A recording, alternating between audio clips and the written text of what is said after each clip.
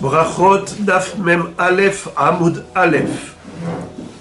À la 5e ligne de la page, Hayu lefanav minin harbe vechule.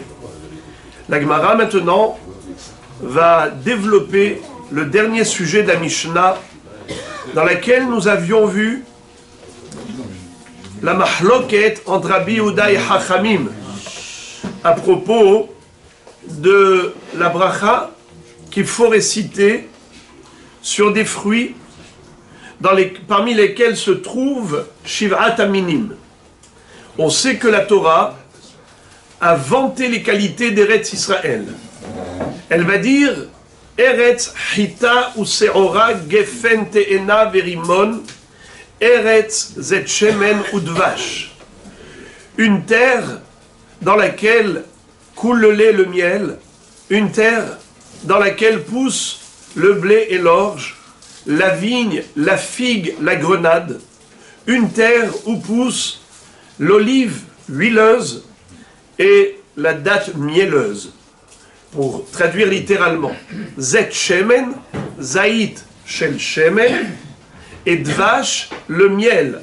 Le miel en question, ce n'est pas le miel d'abeille, c'est le miel de date, le silan. Donc, on parle ici des 7 fruits d'Eretz Israël. Du fait que la Torah ait glorifié Eretz Israël par le fait qu'elle produise ce genre de fruits, sous-entendu que ces fruits sont importants. De ce fait, la Mishnah nous avait dit Hayu lefanav minim harbe Rabbi Yehuda Omer im yesh benehem min shiva ou mevarech alav. C'est-à-dire, selon Rabbi Yehuda, lorsqu'on a une corbeille de fruits, toutes sortes de fruits, lequel fruit faut-il choisir pour réciter la bracha de Boré Peri Haaretz?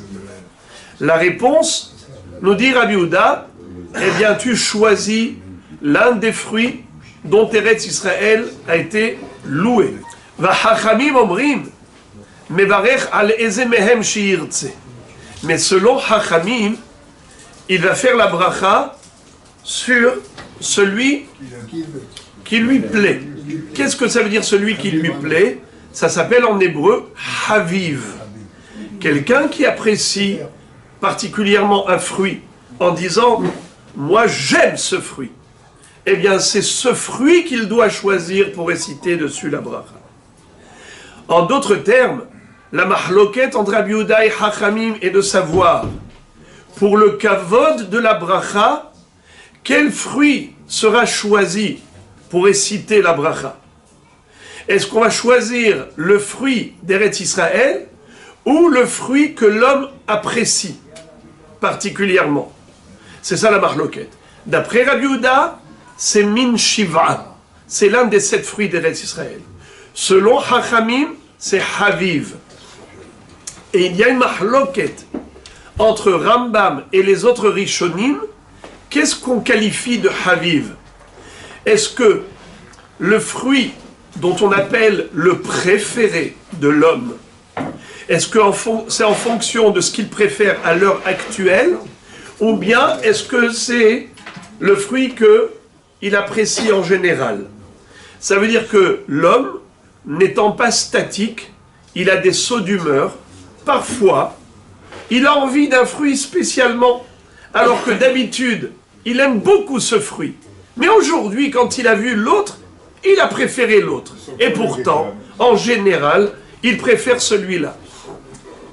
Qu'est-ce qu'on appelle Haviv? D'après Rambam, c'est Haviv aujourd'hui, à l'instant présent. Quand maintenant il veut faire la bracha, qu'est-ce que tu aimes? Eze atarotse. Eh bien, c'est sur celui-là que tu vas faire la bracha. Mais la halacha n'est pas comme Rambam. La halacha, d'après le Shulchan Aruch, c'est que ce qu'on appelle Haviv, c'est le fruit que l'homme apprécie en général tout le temps. Même si maintenant il préfère un autre, il choisira pour le kavod de la bracha le fruit qui est appréciable et préféré en général par cet homme. Ça, c'est la Mishnah. Roula nous interprète cette mahloket. Et là, je me trouve à la 6e ligne. Amar Roula. Roula, c'est un émora. Il nous dit mahloket beshebirkotehen shavot. Des Rabbi Yehuda savar min shiv'a adif. Ve Rabbanan savre min haviv adif. Aval beshe'en birkotehen shavot. Divrei hakol mevarech al ze. Vechoser ou mevarech al ze. Roula nous explique que cette mahloket entre Rabbi Yehuda et Hachamim, est-ce qu'il faut accorder la primauté au fruit préféré ou le fruit d'Eretz Israël, c'est uniquement lorsque dans la corbeille, tous les fruits qui se trouvent là présents ont la même bracha. C'est une bracha égale pour tous. Par exemple, on a des fruits que de Boré Périaetz. On a des pommes, des oranges et des raisins. La personne, elle aime l'orange. Mais elle a aussi le raisin. D'après Rabbi Yehuda, il fera Boré Périaetz sur le raisin. D'après Hachamim, il fera Boré Périaetz sur l'orange. Parce que c'est son bien-aimé. L'orange, c'est le fruit qu'il aime en général. Mais c'est seulement parce que Birkotehen Shavot, c'est parce que tous les fruits qu'il a dans la corbeille, c'est la même bracha de Boré Périaetz. Mais dans la mesure où il a deux fruits dont la bracha n'est pas équivalente. Par exemple, il a un fruit qui est Boré Périaetz et il a un légume qui est Boré Péria Adama. Qu'est-ce qu'il va choisir d'abord pour faire la bracha? Boré Périaetz ou d'abord Boré Péria Adama? Là, nous dit la Gemara, ou là, on est indifférent. Il fait ce qu'il a envie. Là, il n'y a plus de critères, ni de Shiv'at Aminim, les 7 fruits d'Eretz Israël, ni le fruit qu'il préfère. Là, il n'y a plus de règles. Fais ce que tu veux. Quand est-ce que la halacha intervient? C'est uniquement lorsque Birkotehem Shavot. C'est la même bracha pour tous les fruits. Mais si tu as le choix entre Boré Péria Adama et Boré Péria Etz, tu n'as plus besoin de regarder sur quoi je vais commencer, sur quel fruit je vais commencer. Je commence Boré Péria Adama sur le légume, ou bien je fais Boré Péria Etz sur le fruit. Laisse tomber, tu fais ce que tu veux. Personne ne te dira rien. Ça, c'est un pirouche. Il y a un autre pirouche dans les Rishonim qui dit que, qu'est-ce que ça veut dire Mevarech alze, vechoser ou mevarech alze? C'est à nouveau l'histoire du Haviv. Il y a tout de même un critère à respecter, c'est le Haviv. Si tu aimes Boré Péria Adama, si tu aimes ce légume, eh bien c'est là-dessus que tu feras Boré Péria Adama d'abord, et ensuite tu feras Boré Péria Etz. Et si au contraire, c'est le Boré Péria Etz que tu aimes, c'est ce fruit-là que tu apprécies particulièrement, c'est là-dessus que tu feras la bracha de Boré Péria Etz d'abord, et ensuite Boré Péria Adama. Ça veut dire que le facteur Haviv intervient toujours. C'est comme ça que certains Rishonim expliquent. Mais une fois de plus, le Shulchan Aruch, qu'est-ce qu'il est possèque? Il est possèque qu'on est indifférent, tu fais ce que tu veux. Pour les Sfaradim et pour les Ashkenazim, ils sont poskim, soit Haviv, soit comme le Bahag, Baal Alachot Gedolot, qui est cité dans le Siman Resh Yud Aleph, Sarif Gimel, en tant que Veyesh Omrim, et il dit que le Boré Péria Etz passe avant le Boré Péria Adama. Comme le Boré Péria Etz et Boré Péria Adama passent avant le Shehakol, parce que Shehakol c'est une bracha globale, alors que Haetz et Adama c'est une bracha spécifique, particulière. On commence toujours par la bracha spécifique avant de faire la bracha générale. Shehakol c'est très général. Avec Shehakol tu peux tout acquitter. Alors que Adama, c'est le fruit uniquement de la terre. Haetz, c'est uniquement de l'arbre. Eh bien, le Baal Alachot Gdolot, que cite d'ailleurs Tosfot à la fin, ici dans Daf Mem Aleph, nous dit que de la même façon que Adama passe avant Shehakol, ainsi Boré Péria Haetz passe avant Adama.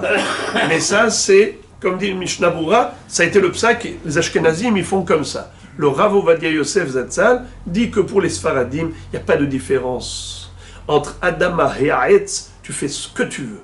Et c'est ça le pirouge de la Gemara. Mevarech al ze, vechoser ou mevarech al ze. Ça veut dire indifféremment. Alors je résume tout ce qu'on a étudié, pour pas que ce soit trop compliqué. On a une mahloket entre Rabbi Yehuda et Chachamim dans la Mishnah. On a une explication, une précision de Roula quant à cette mahloket. Et par rapport à la précision de Roula, on a une mahloket entre les Rishonim. Et je vous ai montré deux mahloket Rishonim. Premièrement, quelle est la définition de Haviv? Deuxièmement, entre Adama et Haaretz, laquelle bracha doit-on faire en premier? Est-ce qu'il y a une sélection, d'abord Haaretz et ensuite Adama, ou bien non, il n'y a pas d'ordre exigé par la halakha, on est indifférent. Voilà donc pour ce premier pirouche de Roula, et j'espère que ça ne vous a pas embrouillé. Métivé, la Gemara pose une question en citant un texte. Métivé. Hayou lefanav tsnon vezaït. Si un homme se retrouvait avec devant lui un radis et une olive. Le radis, c'est quel bracha? Adama. L'olive? Haaretz. Alors, mevarech ala tsnon ou poter et azaït. Quel est le din? D'abord, il fait la bracha de Boré Peri Adama et il fait aucune bracha pour l'olive. Il acquitte l'olive. Fin de citation de Baraïta. Donc, qu'est-ce que nous voyons ici? Mevarech alatzon beter tazaït. Alors, qu'est-ce que tu m'as dit? Tu m'as dit Mevarech alze, fechoser ou Mevarech alze. Fais deux brachot, Adama et Haaretz. Ce n'est pas vrai. Il fait qu'une seule bracha, que Adama. Réponse. Acha bemai askinan, ksheatznon ikar. Ici, de quoi on parle? D'un cas de figure exceptionnel. C'est que le bonhomme, il a mangé d'abord du radis. Le radis était piquant. Il a voulu faire passer le goût du piquant pour se calmer la bouche. Il a mis une olive. Donc l'olive, il ne voulait pas la manger. L'olive, il a prise que pour calmer la brûlure du radis. Alors, dans ce cas-là, il n'y a aucune bracha à réciter pour l'olive. La Gemara dit, Iachi, si c'est vrai que la Braïta parle de ce cas, alors Imasefa. Viens, on va lire la suite de cette Braïta. Qu'est-ce qui est écrit? Rabbi Yehuda Omer, Mevarech ala Zaït, chez Azaït mimin Shiva. Rabbi Yehuda dit, non. Moi, j'exige de faire la bracha sur le Zaït. Pourquoi? Parce que l'olive, c'est la bracha, c'est un fruit d'Eretz Israël. Fait partie des 7 fruits dont Eretz Israël fut loué. Alors la Gemara dit, Litle le Rabbi Yehuda haditnan kol shu ikar ve'imot tfela mevarech ala ikar ou poter et atfela. Ça veut dire quoi en d'autres termes? Que Rabbi Yehuda remet en cause la règle du ikar ve'tafel. On connaît la règle. C'est quoi le ikar ve'tafel? Mevarech ala ikar ou poter et atfel. Quand quelqu'un a devant lui 2 fruits, un fruit qu'il veut manger, ou bien par exemple un radis qu'il a voulu manger. Il aime le radis. Il aime le piquant. Mais une fois que ça pique, il veut se calmer. Alors qu'est-ce qu'il fait? Il prend autre chose juste pour calmer le goût piquant du radis. Alors, quel est le din? On ne fait pas de bracha du tout pour l'accessoire. C'est ce qu'on appelle en hébreu. Il fait la bénédiction sur ce qui est principal et il acquitte l'accessoire. Il n'y a aucune bracha à faire pour l'aliment accessoire. Il fait la bracha que sur l'aliment principal. Alors la Gemara dit quoi? Rabbi Yehuda remet en cause ce principe? C'est pas possible. Peut-être que tu vas me dire que oui, Rabbi Yehuda n'est pas d'accord. Je vais te démontrer que c'est faux.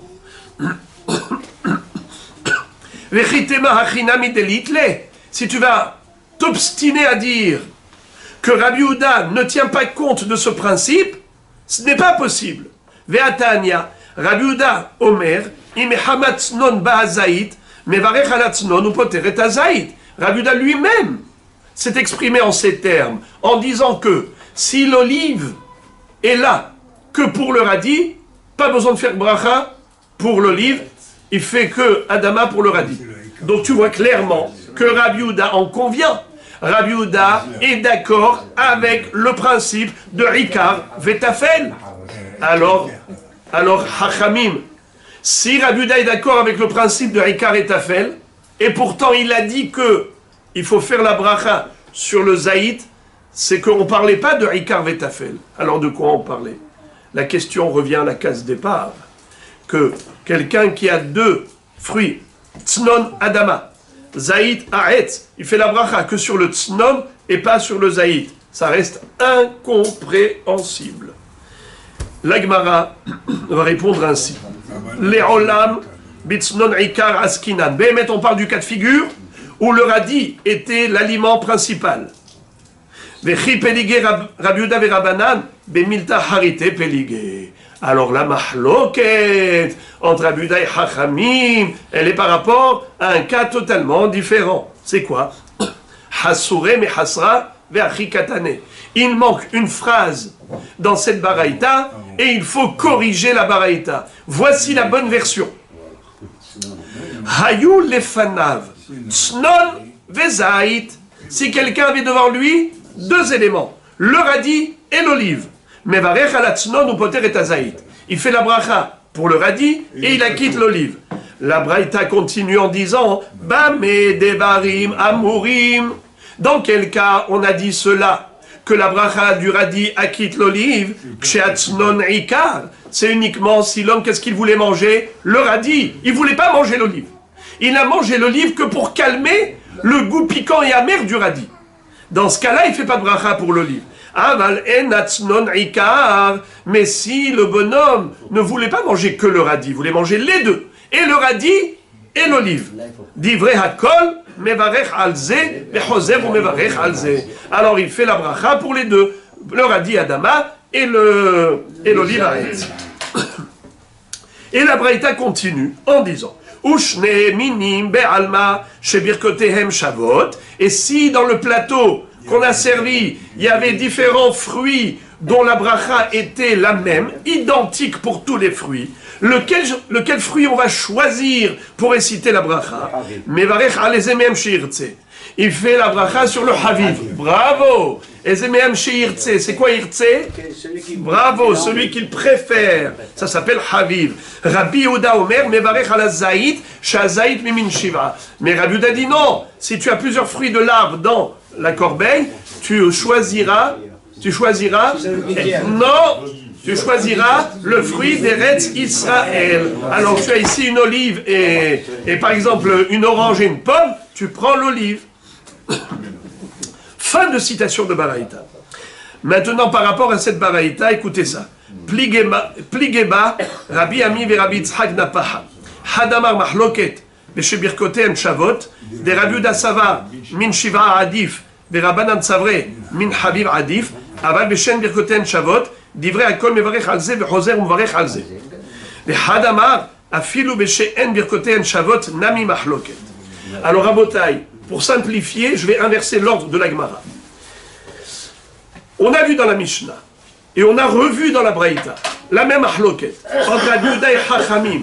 Est-ce que le critère le plus important, c'est Shiv'at Aminim ou Haviv? Lorsque j'ai le choix entre plusieurs fruits, lequel je vais choisir? D'après Rabbi Yehuda, Shiv'at Aminim. D'après Chachamim, Haviv. Alors il y a un Rav qui dit, c'est pas seulement dans le cas où dans la corbeille j'ai que des fruits de l'arbre. Birkoten Shavot. Non. Même si en Birkoten Shavot, même si les brachot ne sont pas identiques. Par exemple, j'ai des fruits de Adama et j'ai des fruits de Haetz. Un exemple. J'ai une olive et j'ai un radis. Madin.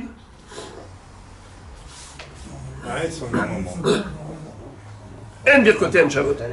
Eh bien, il y a un Rav qui dit, même dans ce cas-là, Rabbi Yehuda dirait que le min shiva est plus important. Ça veut dire qu'il faut accorder la primauté, la priorité aux zaït. Pourquoi? Parce que l'olive, c'est un fruit d'Eretz Israël. D'accord? Donc pour lui, il n'y a pas de différence entre premier cas et deuxième cas. La mahloket entre Rabbi Yehuda et Chachamim est en vigueur dans les deux cas. Birkoten Shavot et En Birkoten Shavot. Que les brachot de tous les fruits, que la bracha de tous les fruits est identique, ou que la bracha est différente, c'est-à-dire on a Adama et Haetz. Dans tous les cas de figure, la mahloket existe. Selon Rabbi Yehuda, par quoi on va commencer? Par une bracha sur Shiv'at Aminim. D'après Chachamim, quel fruit je vais choisir? Haviv. Mais il y a un Rav qui dit, non, la mahloket, elle est Davka, Beshebirkotehem Shavot, Had Amar, regardez ça, le début. Had Amar mahloket Beshebirkotehem Shavot, la mahloket, elle est que lorsque tous les fruits ont une bracha identique. C'est là que Rabbi Yehuda Savar, Min Shiva Adif, ont choisi un fruit d'Israël, les Rabbanan Savre Min Haviv Adif, et Chachamim ont dit qu'on va d'après le critère de ce qu'on appelle Haviv. Aval Beshe'en Birkoten Shavot, Divrei Akol Mevarech Al Ze, Vechoser Mevarech Al Ze. Mais dans le cas où il n'y a pas de comment on appelle ça? Excusez-moi. Lorsqu'il s'agit de deux brachot différentes, Adama et Haetz, tu fais ce que tu veux. Il n'y a pas de critère, ni critère de Hadif, ni critère de Haviv, ni Chaviv, ni Shiv'at Aminim, tu fais ce que tu veux. La Gemara nous dit comme ça. Bishlama leman de'amar b'shebirkotehem shavot mahloket shapir. Et la leman de'amar b'she'en birkotehem shavot pligé b'may peligé. La Gemara dit, encore, si tu me dis que la mahloket, elle est que par rapport au cas de figure où la bracha, elle est identique pour tous les fruits, alors là, je peux comprendre que la mahloket entre eux est de savoir sur quel fruit on va faire la bracha. Mais dans le cas où en birkote en shavot, de toutes les façons, tu dois faire deux brachot. Tu dois faire Adama, tu dois faire Haetz. Alors c'est quoi la mahloket? Amar Rabbi Yirmiyah le Akdim. Rabbi Yirmiyah dit que la mahloket, elle est par rapport à la préséance. Est-ce que je vais faire d'abord Haetz ou d'abord Adama? C'est là que, en effet, Rabbi Yehuda va te dire Shiv'at Aminim et Chachamim vont te dire Haviv. De Amar Rabbi Yosef, Vetema Rabbi Yitzchak, Kol המוקדם בפסוק זה מוקדם לברכה, שנאמר ארץ חיטה ושעורה וגפן ותאנה ורימון, ארץ זית שמן ודבש. Qu'est-ce que ça veut dire? Le Rav, Rabbi Yitzchak te dit, quand la Torah t'a dressé une liste des 7 fruits d'Eretz Israël, c'est pas pour rien qu'elle te l'a dit dans cet ordre. Le blé, l'orge, la vigne, la figue, la grenade, ensuite Eretz, l'olive et la date, c'est pas pour rien. C'est pour te donner un ordre de préséance. Ça veut dire, par exemple, tu as dans ton plateau des raisins et de la grenade. Qu'est-ce que tu vas choisir pour faire la bracha de Boré Péri Haetz? Le raisin ou la grenade? Le raisin, puisque le raisin il est en 3e position. Hita, Serora, Geffen, Te'ena, Rimon. Rimon, c'est en 5e position. Donc, selon l'ordre du Passouk, tu comprends qu'est-ce que Akadosh Baruch Hu souhaite, à quoi lui prêter allégeance. À quoi donner de la valeur, à quoi donner d'importance. Si Akadosh Baruch Hu donne l'importance dans cet ordre, alors toi aussi, quand tu fais la bracha, tu vas choisir quel fruit pour faire la bracha, eh bien le premier dans la liste. D'accord. Alors tu vois que il y a une notion d'ordre. Eh bien, pareil, tu as Haetz et Adama, sur quoi tu vas faire d'abord la bracha? D'abord sur Shiv'at Aminim d'après Rabbi Yehuda, et ensuite Adama. Et d'après Chachamim, d'abord le Haviv. Et en effet, d'après le Baal Halachot Gdolot, très joliment dit, si on est Ashkenaz, on fera d'abord Haetz. Comme le Bahag. La Gemara dit comme ça. Ou pliga de Rabbi Hanan, mais Rabbi Hanan n'est pas d'accord. Dama Rabbi Hanan, kol hapasukulo le shi'urim ne'emar. Rabbi Hanan te dit, excuse me, quand la Torah a écrit ce passouk, ce n'est pas du tout pour nous enseigner un ordre de préséance. La Torah a écrit ce passouk, tu veux savoir pourquoi? C'est pour nous enseigner différents shiurim. Rabotai, s'il vous plaît, dites-moi quels sont les 7 fruits d'Eretz Israël encore une fois. Le blé, ensuite l'orge, après le raisin, après la figue, après la grenade, après l'olive, après la date. Alors écoutez comment ces 7 fruits font allusion à 7 shiurim, à cette mesure. Par exemple, je vais commencer par le plus célèbre. Kazaït. À quoi? Le zaït, l'olive. Alors, l'olive, c'est le volume de quoi? Eh bien, dans plein de choses. Par exemple, on mange de la matzah. Combien il faut manger de matzah le soir de Pessah? Kazaït. Ou bien quelqu'un qui a mangé un issour, il a mangé du jambon, n'est-ce pas? On lui donne 39 coups. À l'époque du Beth Amikdash, s'il y avait 2 témoins qui l'avaient averti au préalable. Combien il faut qu'il en mange pour recevoir les 39 coups? Kazaït, Helev, Notar, Pigoul, Nevela, tous les aliments interdits, c'est combien? Kazaït. Très bien. Ensuite, prenons le cas de la date. La date, ça fait allusion à quel shiur? Le jour de Kippour. Le jour de Kippour, vous savez que quelqu'un qui a mangé à Kippour, Hayav Karet. Malheureusement, son âme est retranchée. Combien doit être le shiur de consommation pour être Hayav Karet? Comme le volume d'une date. Comment ça s'appelle la date? Kotevet. Kakotevet, Agassa, Beyom Akipurim. Comme une grosse date, celui qui en mangerait le jour de Kippour, Hayav Karet. Donc, voilà la date, fait allusion au shiur de Yom Kippour. Comment? Combien de grammes ça fait? Bravo, très très bonne question. Elle fait un peu moins que Kabetza, à peu près entre 45 et 50 grammes.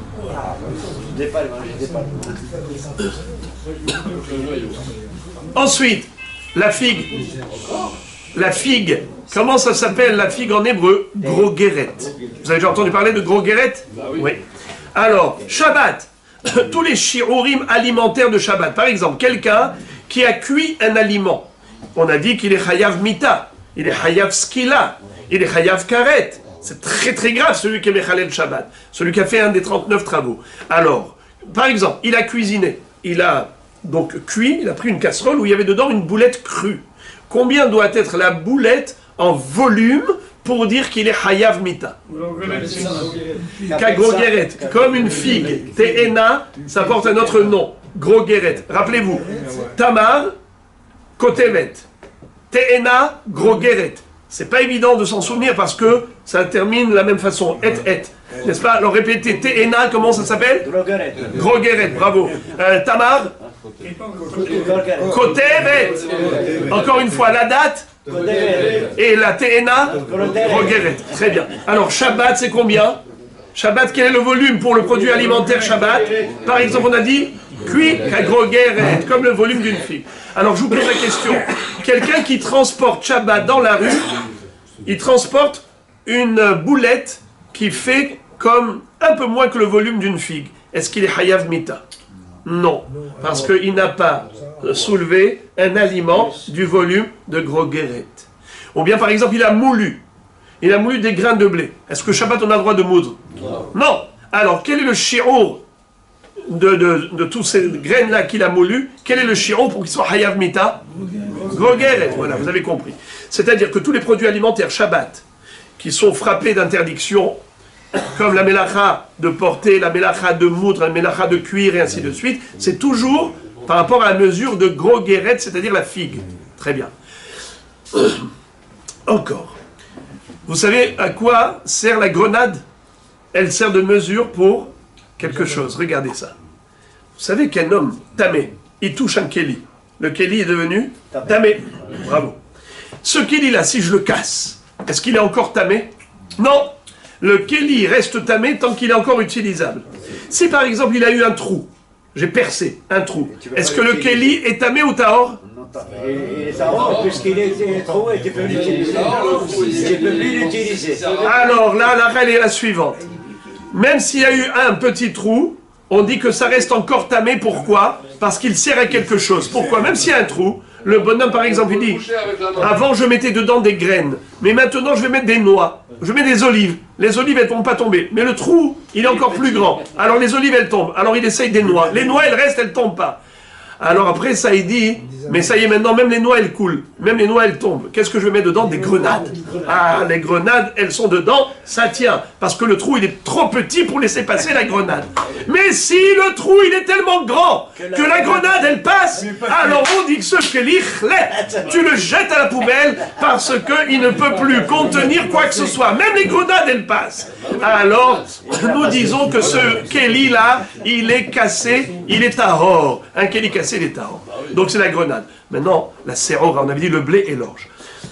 Écoutez l'histoire de l'orge. L'orge peut servir de mesure, le grain d'orge, pour etzem kasserora. Vous savez que normalement, quand on est dans une maison où il y a un mort, alors tout le monde devient tamé.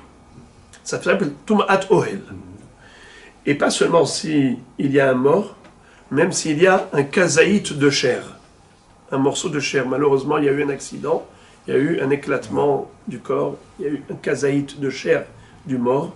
Eh bien, celui qui est sous le même toit, il devient tamé. Un Kohen n'a pas le droit de rentrer sous le même toit parce que c'est Ohel Hamet. Maintenant, écoutez ça. S'il n'y a pas d'os, s'il n'y a qu'un squelette, le squelette, si quelqu'un se trouve sous un toit où il y a un squelette, est-ce qu'il devient tamé? Oui. Comme un cimetière. Attention, pour devenir tamé, imaginons par exemple maintenant qu'il n'y a que quelques os. Il n'y a que quelques os qui sont rescapés de ce squelette. Est-ce que celui qui va se retrouver sous le même toit que ces quelques os du squelette va devenir tamé? Répondez par oui, par non. Si vous dites oui, vous vous trompez. Si vous dites non, vous vous trompez. Alors, qu'est-ce que vous dites? Ça dépend de la quantité d'os. Alors, il y a soit Rov Binyan, soit Rov Minyan. Par exemple, c'est quoi Rov Minyan? Rov Minyan. Minyan, c'est le nombre. Il y a combien de membres dans le corps humain? 248. Combien c'est la majorité? 125. Car 248 divisé par 2, ça fait 124. Donc 125 os, eh bien ça fait Rov Minyan. C'est la majorité du nombre d'os du corps humain. Alors si on a sous le toit 125 os des membres de ce squelette, l'homme est tamé. Maintenant, quel est le din si on n'a pas 125 membres, mais on a la boîte crânienne et la colonne vertébrale? Regardez bien, le crâne et la colonne vertébrale. De tout le squelette, c'est tout ce qui reste. Est-ce que l'homme est tamé? Oui. Ça s'appelle Rov Binyan. La majorité de la structure humaine, de l'ossature. Alors maintenant, regardez bien. Si on a Rov Binyan, c'est-à-dire le crâne plus la colonne vertébrale, ou bien Rov Minyan, j'ai pas le crâne et la colonne vertébrale, mais j'ai 125 os, ou à plus forte raison plus, 126 et 127. Dans ce cas-là, celui qui rentre sous le même toit du mort, il devient tamé. Très bien. Mais maintenant, si on n'a pas ni Rov Binyan, ni Rov Minyan, alors il n'y a pas de Tum'at Ohel. Donc ces os de ce squelette ne peuvent pas communiquer la Tum'a de ce qu'on appelle Ohel. Alors il n'y a pas de Tum'a? Oui, il y a une Tum'a, mais pas Ohel. Que Maga et Massa. C'est quoi Maga? Au contact. C'est quoi Massa? Si on transporte, par exemple, je prends un sac où il y a dedans un os d'un mort, je l'ai soulevé. Même si je n'ai pas touché, je suis tamé. Ça s'appelle Massa, porter. Maga, si au contact, si je touche. Alors, quel est le shi'ur minimal de l'os du mort pour qu'il rende tamé un homme qui l'a touché ou qui l'a porté? Le shi'ur minimal, un grain d'orge.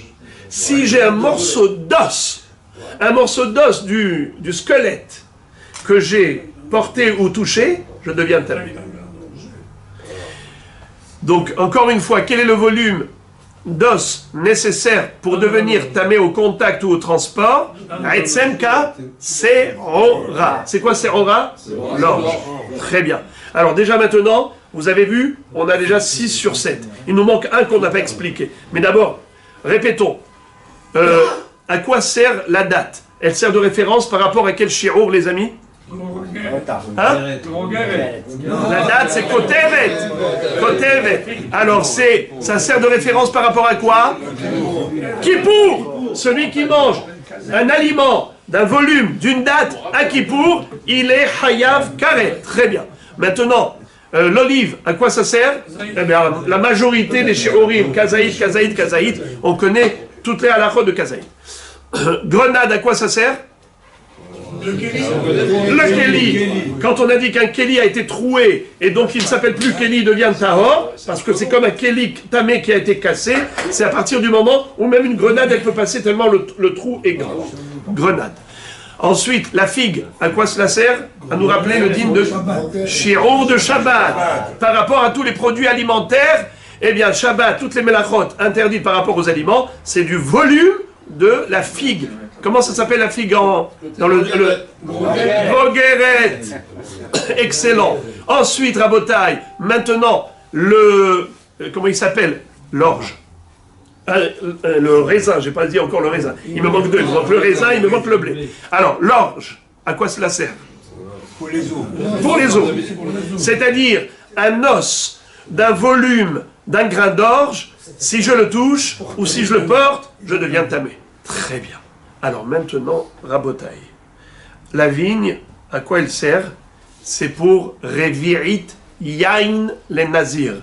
Un Nazir n'a pas le droit de boire du vin pendant toute la période de Nézirout. Et s'il a bu du vin, il reçoit 39 coups. Nahon, quel est le shi'ur de Yain les Nazirs? Revirit. Nahon, Revirit, vous savez combien c'est Revirit? C'est 3 fois Kazaït. 8 centilitres,1 ou 8 centilitres,6, la discussion que vous connaissez. En tout cas, c'est Revirit à log, c'est pour Revirit Yain et Nazir.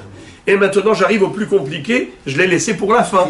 C'est pour ça. Bien qu'il était le premier, Hita, c'était le blé, mais j'ai dit, si je vais commencer avec le compliqué, ils vont tous poser l'éponge. Alors maintenant, c'est le compliqué. Vous avez compris les 6 qui sont faciles. Le blé.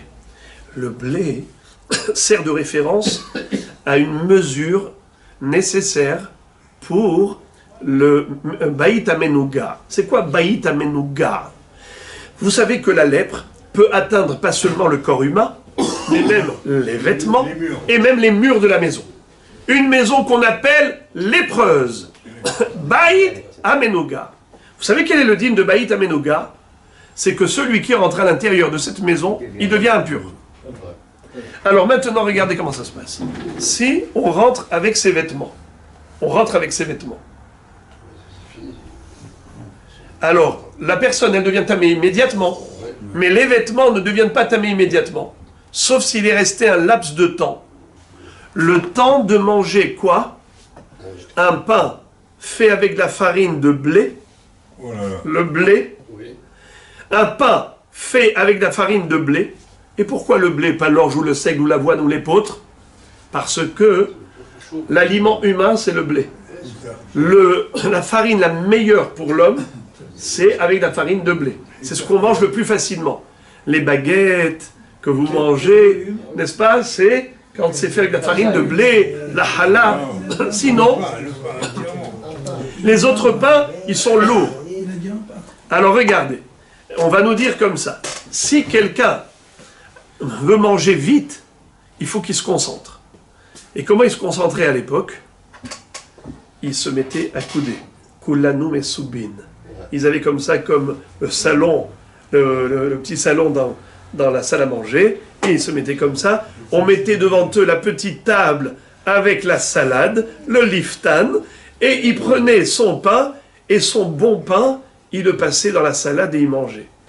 Ça s'appelle manger le plus rapidement possible. D'abord, c'est avec la farine de blé qui est légère, qui est bonne, et donc on mange facilement. Deuxièmement, il est mesev, beheseba. Troisièmement, il y a liftan, parce qu'on mange plus vite lorsqu'il y a un peu de salade pour accompagner le pain. On mange plus vite le pain que si on mange du pain sec, parce que le pain sec, c'est pas très bon, mais quand il est agrémenté d'un accompagnement, alors c'est beaucoup plus facile, ça s'appelle liftan. La fête est à pâte. Alors les frères et les amis, on nous dit comme ça. Tu veux savoir quand est-ce que les vêtements du bonhomme seront tamés lorsqu'il est rentré dans Baït Amenouga? Lui, il est tamé à la seconde près, dès qu'il rentre. Ou tamé miyad. Mais les vêtements qu'il porte, ce n'est que lorsqu'il va rester le laps de temps de manger. Pras, c'est quoi pras? C'est la moitié d'un pain. Un pain, c'est combien? Nous dit Rashi, c'est 8 œufs, le volume de 8 œufs. Tu prends un pain qui fait le volume de 8 betsim. Pras, c'est la moitié. 8 divisé par 2, c'est 4 betsim. Donc, pras, c'est la moitié d'un pain, c'est le temps de manger 4 betsim de pain. Mais ces 4 betsim de pain, tu dois les manger dans un laps de temps rapide, c'est-à-dire de blé avec l'iftan et en plus BSCBA. Tout ça, vous savez pourquoi c'était comme ça? Parce qu'il n'y avait pas de montre à l'époque. Comment on pouvait te dire, si tu es resté 3 minutes 50 dans la maison, tu es devenu tamé. 3 minutes 50, c'est quoi une minute? C'est quoi 3 minutes? C'est quoi 3 minutes 50? On ne peut pas te dire des minutes et des secondes. Alors on te disait, le temps de faire ceci et cela. C'est comme ça qu'on donnait à l'époque des idées, des notions de laps de temps. Le temps de manger un demi-pain, mais un pain de blé, accompagné d'une salade, et en plus quand tu es, mais c'est bas, accoudé. Ça veut dire, le temps que tu peux évaluer, c'est ce temps-là qui est nécessaire pour rendre tes vêtements tamés. Par contre, si les vêtements, ils n'étaient pas sur toi, ils étaient dans ta main. Dans ta main, tu as pris les chaussures. Dans ta main, tu as pris les vêtements. Dans ta main, tu as pris tous les objets que tu voulais. Dès que tu es rentré à la maison, tous tamés. Immédiatement. Les objets et la personne sont tamés immédiatement. Voilà Rabotai, vous avez tout compris. Hita, Seora, Geffen, Te'ena, Rimon, Zaïd, Tamar, les 7 fruits d'Eretz Israël sont là pour nous indiquer des shiurim. Alors la Gemara dit, ok, Beseder, d'après celui qui m'a dit que les shiurim, les shiv'at aminim sont importants, et la Torah a dressé une liste des 7 fruits pour te dire, ce fruit c'est avant ce fruit. Par exemple, tu as sur la table une date, tu as sur la table un raisin. Je ne veux pas prendre la date parce que c'est tout le chidouche après, raval de gâcher le suspense. Je prends par exemple du raisin et de la grenade. Sur quoi je fais la bracha de Boré Periaetz? Sur le raisin. Pourquoi? Parce qu'il est avant le rimon. Mais il lui dit, ça c'est si tu dis que la Torah elle a écrit ces 7 fruits pour te montrer l'ordre. Mais si tu me dis que la Torah elle a écrit ces 7 fruits pour t'indiquer les mesures, toutes les mesures qu'on a maintenant étudiées, alors tu n'as plus du tout d'ordre de préséance. Alors, d'où tu sors ton histoire de Shiv'at Aminim? Alors, regardez ça. Je vous lis rapidement, en 2 secondes. De'amar Rabbi Yosef, ve'itema Rabbi Yitzchak, כל המוקדם בפסוק הזה מוקדם מברכה, שנאמר ארץ חיטה ושורה גפן תאנה ורימון, ארץ זית שמן ודבש, ופליגה דרבי חנן, דאמר רבי חנן, כל הפסוק כולו לשיעורים נאמר, חיטה דתנן הנכנס לבית המנוגע, וכליו על כתפיו וסנדליו וטבעותיו בידיו, והם טמאים מיד. S'il a dans sa main, ou sur son épaule, il a la veste, et ses chaussures, ou ses anneaux, son anneau, il a dans sa main, eh bien, dès qu'il rentre dans la maison lépreuse, il devient tamé. Si par contre il avait des vêtements, il était habillé de ses kelim, habillé de ses vêtements, sandela veraglav, ses chaussures dans les pieds, taberotav etzberotav, ses anneaux dans les doigts, routamé miyad, lui il est tamé immédiatement, vehem tehorin, et eux ils restent à hors jusqu'à quand? Jusqu'à ce qu'ils mangent la moitié d'un pain, c'est-à-dire le temps de manger la moitié d'un pain, pat hitin velo pat serorin, du pain avec la farine de blé et pas de la farine d'orge qui est lourde et difficile à manger, à digérer. Mesev c'est quoi Mesev? Beseba, accoudé. Veochlan beliftan, manger avec un accompagnement pour manger très vite. Seora, à quoi sert l'orge? Ditnan, c'est une référence. Un os d'un cadavre, d'un squelette, s'il a le volume d'un grain d'orge, eh bien c'est métamé au contact ou au transport, mais pas béohel. Geffen, qui est des révi'it yahin et nazir. Geffen, ça fait référence au révi'it yahin d'un nazir, s'il a bu ça, il est hayav malkout.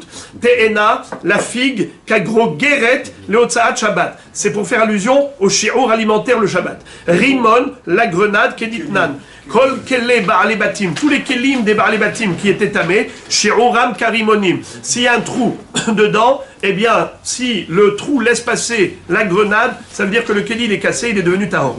Eretz zet shemen, amar Rabbi Yossi, Rabbi Hanina, eretz shekol shi'ureha kazetim. Zaït, ça fait allusion à plein de shi'urim qui sont kazaït, comme vous le savez si bien. Alors, fin de citation de Baraïta. Et la Baraïta dit, d'abord, avant de terminer la Braïta, la Gemara pose la question, il dit quoi? Kol shi'ureha sal kadahatar ve'eka narde amran. Ne me dis pas que tous les shi'urim c'est kazaïd. Il y a bien des choses qui sont dans notre shi'ur, comme on a vu l'orge, la figue, la date, et ainsi de suite. Et la eretz sherov shi'ureha kazetim. La majorité des shi'urim de la Torah c'est kazaïd. Des vaches, À quoi ça fait allusion? Kakotev et Agasa B'Yom Kippourim. Celui qui mangerait à Kippour, il serait Chayav Karet s'il a mangé le volume d'une date. Alors, la Gemara pose la question, elle dit Veidach, et l'autre qui a dit que les 7 fruits d'Eretz Israël ont été inscrits dans cet ordre, c'est pour nous montrer quelle est la préséance. Pourtant, tu vois que c'est pour les Shiurim. Alors il va te répondre, Hane Shiurim Behedia Miktive. Qu'est-ce que tu me dis là? Franchement, est-ce que tous les shiurim sont écrits dans ce passouk? Ah, pitom! On parle des fruits, on parle pas de mesure. Et lama, et la midérabana, nukras marta be'alma. En réalité, ces shiurim-là, c'est halakha les Moshe Sinaï. Et les hachamim, qu'est-ce qu'ils ont fait? Ils ont fait une correspondance de ce qu'on appelle en français un mnémotechnique. Ils ont trouvé un passouk qui fait allusion à la halakha les Moshe Sinaï. Mais le passouk qui ne vient pas t'indiquer les shiurim, évidemment. Donc ça reste tout de même un passouk qui vient te montrer l'importance d'Eretz Israël, qui donne des fruits de ce type. Ça veut dire qu'il y a 2 dimensions. La dimension matérielle d'Eretz Israël, la dimension spirituelle d'Eretz Israël. Eretz Israël, elle a tout. Elle a Eretz Hita ou Serora, Gefen, Te'ena, Verimon, mais aussi c'est que ces éléments servent de référence pour des shiurim qui sont pour des halachot et des mitzvot. Et la Gemara conclut le sujet avec cette histoire. Un jour, Rav Hizda et Rav Amnuna Yadve Bis'udata. Il y avait 2 rabbanim qui étaient assis en train de faire une serouda ensemble. Avec tous les kamaïhut, tamré, berimone. On a apporté devant eux des dattes et des grenades. Écoutez l'histoire. Chacun Rav Amnuna barich tamré beresha. Rav Amnuna, qu'est-ce qu'il a fait? Il a pris des dattes en premier lieu. Il a fait la bracha de Boré Piriaed sur la date. Amar le Rav Hizda, los vira le mor le hade amar Rav Yosef, metema Rabbi Yitzchak, kol amukdam et pasuk ze kodem li bracha. Je comprends pas. Quoi, tu ignores la halakha bien célèbre et bien connue que l'ordre de la Torah il faut respecter, et donc évidemment tu aurais dû faire la bracha d'abord sur le rimon. On a donné du rimon et des dates. Eh bien, regarde dans l'ordre. Hita, Serora, Gefen, Te'ena, Rimon, Eretz Zet Shemen, ou Dvash. Donc c'est quoi Dvash? C'est la date, elle arrive en 7e position. Et tandis que le Rimon, il arrive en 5e position. Tu aurais dû faire la Beracha sur la grenade et acquitter la date, plutôt que de faire la Bracha sur la date et acquitter la grenade. Alors il lui a dit, viens, je vais t'apprendre quelque chose. Regarde. Amarle, Zesheni la Aretz. Il a dit, si tu observes le passouk, tu vas constater que la Torah a rajouté un mot inutilement. Elle a rajouté une 2e fois le mot Eretz, la terre. Regardez. Eretz, Hita, Seora, Gefen, Te'ena, Verimon, Eretz, Zet Shemen, Udvash. Pourquoi elle a rajouté une 2e fois le mot Eretz? Une terre où pousse le blé, l'orge, le raisin, la figue et la grenade. Une terre où pousse l'olive et la date. Mais pourquoi tu as rajouté une 2e fois la terre? Tu as déjà dit la terre. Alors continue, les 7 en une fois. C'est pour te marquer une interruption et remettre le compteur à 0. C'est comme si tu avais 2 listes. Tu avais une liste de 5 et une liste de 2. Alors regarde bien. La grenade, elle est 5e par rapport à la première liste. La date, elle est 2e par rapport à la 2e liste. Eh bien, la date qui est 2e par rapport à la 2e liste, elle a préséance sur la grenade qui est 5e de la première liste. Alors, Ze Hamishi le Eretz Kama, Veze Sheni le Eretz Batra. Alors il lui a dit, regardez la réaction de Rav Hizda, c'est extraordinaire, et c'est le mot de la fin. Amarle, Mania Hivlan, Nigre de Parzela, Benisham Einach. J'aurais bien voulu avoir des pieds en métal qui ne s'usent jamais pour marcher tout le temps derrière toi. Parce que tes divrei Torah sont tellement beaux que j'aurais bien voulu apprendre de toi la Torah tout le temps. Mais je ne peux pas te suivre partout. Je n'ai pas des pieds de fer. Comment tu voudrais que je te suive partout? Mitenli, Nigra des Parzela qui me donnerait des pieds de fer pour te suivre à tout moment. Voilà donc comment ils ont su apprécier un chidouche. Finalement, il lui a donné quoi ici? Un chidouche de halakha que vous connaissez tous. Mais on connaît grâce à la Gemara. Mais en tout cas, regardez comment ils s'exclament. Les Talmidei Chachamim, Rabota, ils sont comparés à des poissons. Vous avez déjà vu les poissons quand il pleut? ils sortent de l'eau, ils sautent pour aller avaler la goutte de pluie. Franchement, mais ils ont tout un océan pour eux.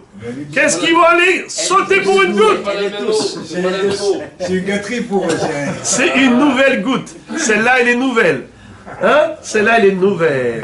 Alors, encore un hidouche. Le hidouche, on saute pour aller attraper le hidouche.